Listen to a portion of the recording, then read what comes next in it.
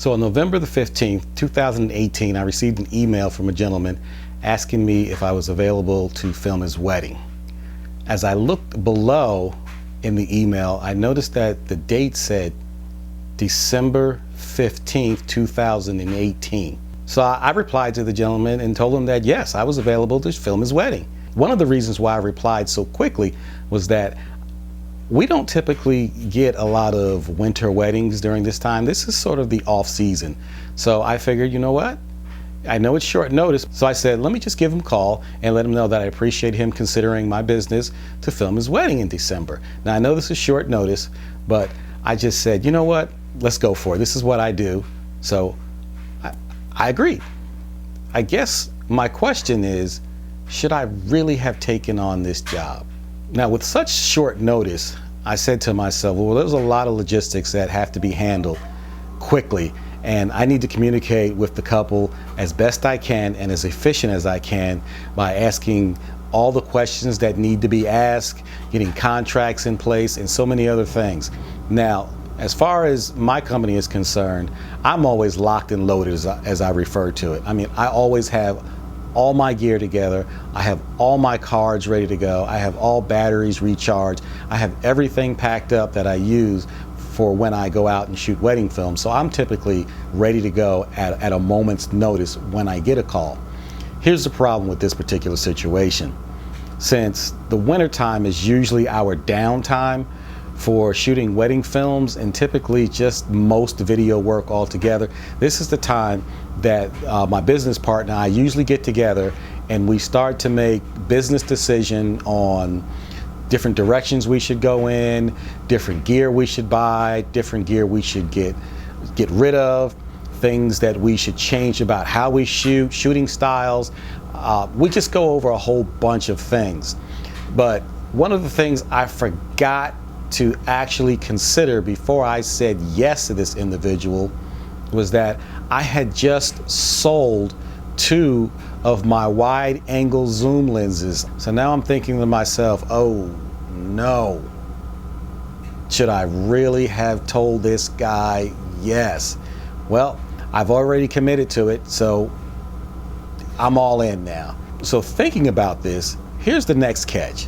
The gentleman told me that the wedding was going to be a slightly non-traditional wedding in the fact that it was going to be held inside a residence of a family member of the bride. And here's where it starts to take a bit of a turn for me. First of all, I've never filmed a wedding inside of a residence before. Most of the weddings that our company has filmed have either been at churches, hotels, or just, traditional spots, or even outdoors or at the beach or something like that. But never before have we ever filmed a wedding at a residence. So this was going to be a new challenge for me. So what I did was, after asking so many questions and getting some of the information that I needed so I could start the planning process, one of the things I did ask the couple was if they would send me over some photographs, because the location of the residence that we were filming the wedding was about an hour and a half north of where I am based. So I thought it would be a little bit more efficient if they could send me photos so I can get an idea of the landscape of the residence. When the photos were sent to me, he also sent along a little bit of an explanation as to how the movement was going to take place and how the guests would be seated and how the wedding was actually going to take place. To my surprise, it was even smaller than I actually thought it would be. The ceremony was to take place in the living room, which I guarantee you was probably about 20 feet by 25 feet in size, where they had approximately 48 chairs set up in the living room. Initially, the gentleman that was getting married said that he only wanted one videographer.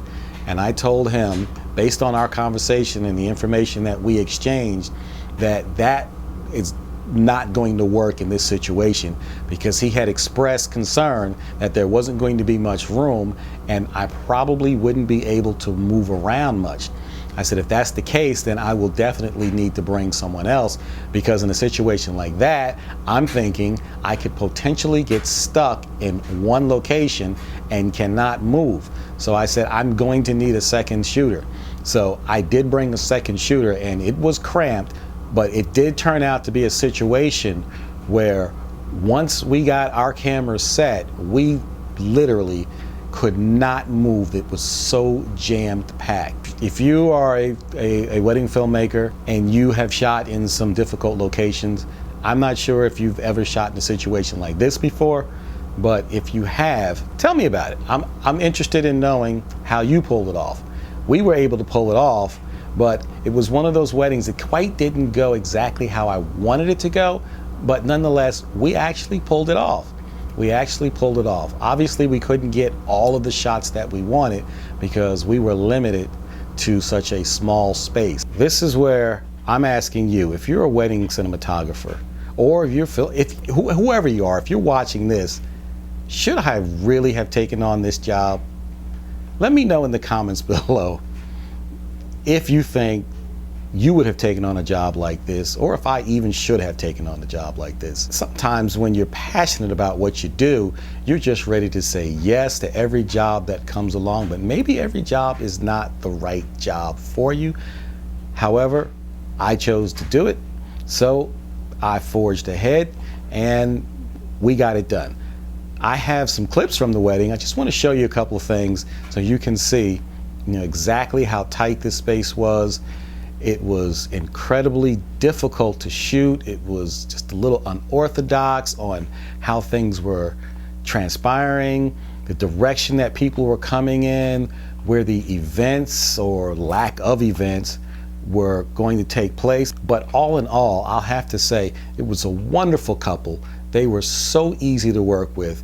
And this gentleman and his, at that time, fiance, were really, really anxious to use our company because of some information that they were passed along from another couple of a wedding that referred our business to them, that they really wanted us to shoot the wedding, which I think is another reason why I kind of agreed to do it. Super nice couple, and not that money is everything, but they were willing to pay anything for us to come and shoot their wedding. So I think, along with their the warm attitude that they had was another reason why I just kind of got drawn into the couple, and it was fun to be around them, and they just had such a good time where, I just jumped at the opportunity. If you're a filmmaker or you're a cinematographer, is this a job you would have taken on? Let me know. I'm just curious. And if you would have taken it on, tell me why. I'm really not sure if that gives you a full perspective of just how unusual this wedding was, but I'm hoping it does kind of give you an idea of just some of the things that we as cinematographers go through, especially when it comes to shooting wedding films. No two films are ever the same. No two circumstances are ever the same. It's just like there's always something different. If you've had this experience, then you understand what I'm saying. Well, that's my video for today. If you thought this was an interesting concept and you like the information, give me a thumbs up. If you're new to this channel and you want to consider subscribing, just go ahead and hit that subscribe button, and also hit the notification button as well, so you'll be notified as I upload videos on a consistent basis. So again, thank you for watching. I appreciate your time, and I will see you tomorrow.